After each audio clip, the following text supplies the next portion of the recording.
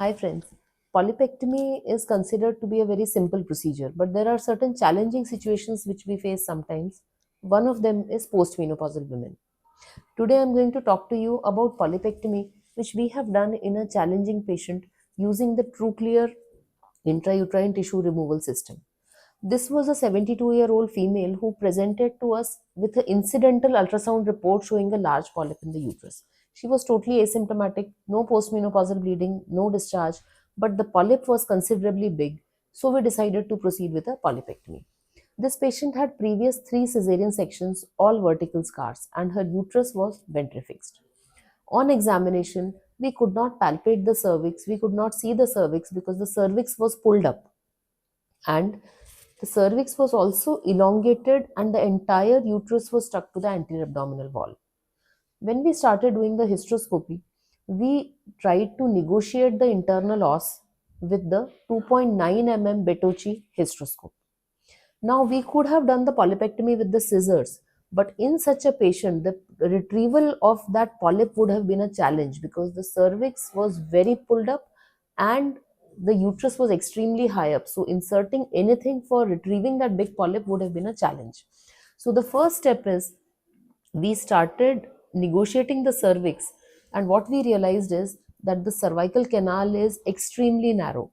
We were not able to negotiate the cervical canal even with the smallest hysteroscope, so we took the help of intraoperative ultrasound. You can see I'm trying to negotiate and I'm repeatedly going into the vagina, not able to enter in the uterine cavity. At one point, we saw that we were entering the uterine cavity because we could see the uterus filling up with the fluid, and we went on that way and finally we entered the internal os.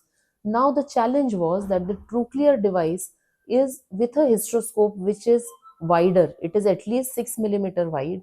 So we had to make a little bit of way in the cervix so that the hysteroscope can be inserted. We cut a little bit of posterior wall of the uterus with the scissors so that the trochlear device with the intrauterine morcellator could be inserted.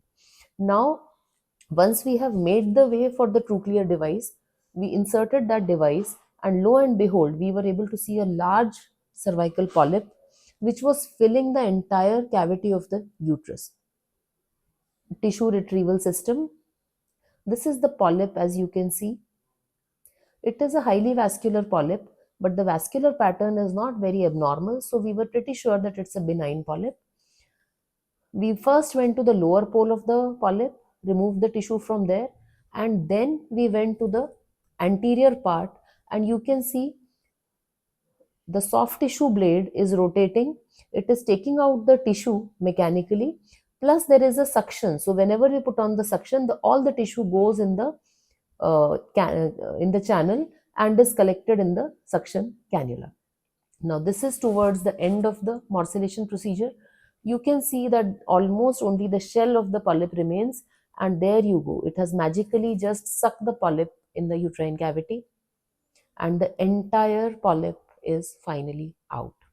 This would have been a very challenging case to do with a hysteroscopic scissors. So that is why I feel that in situations like this, the hysteroscopic tissue removal system, we use the truclear system. There is one more system in the market.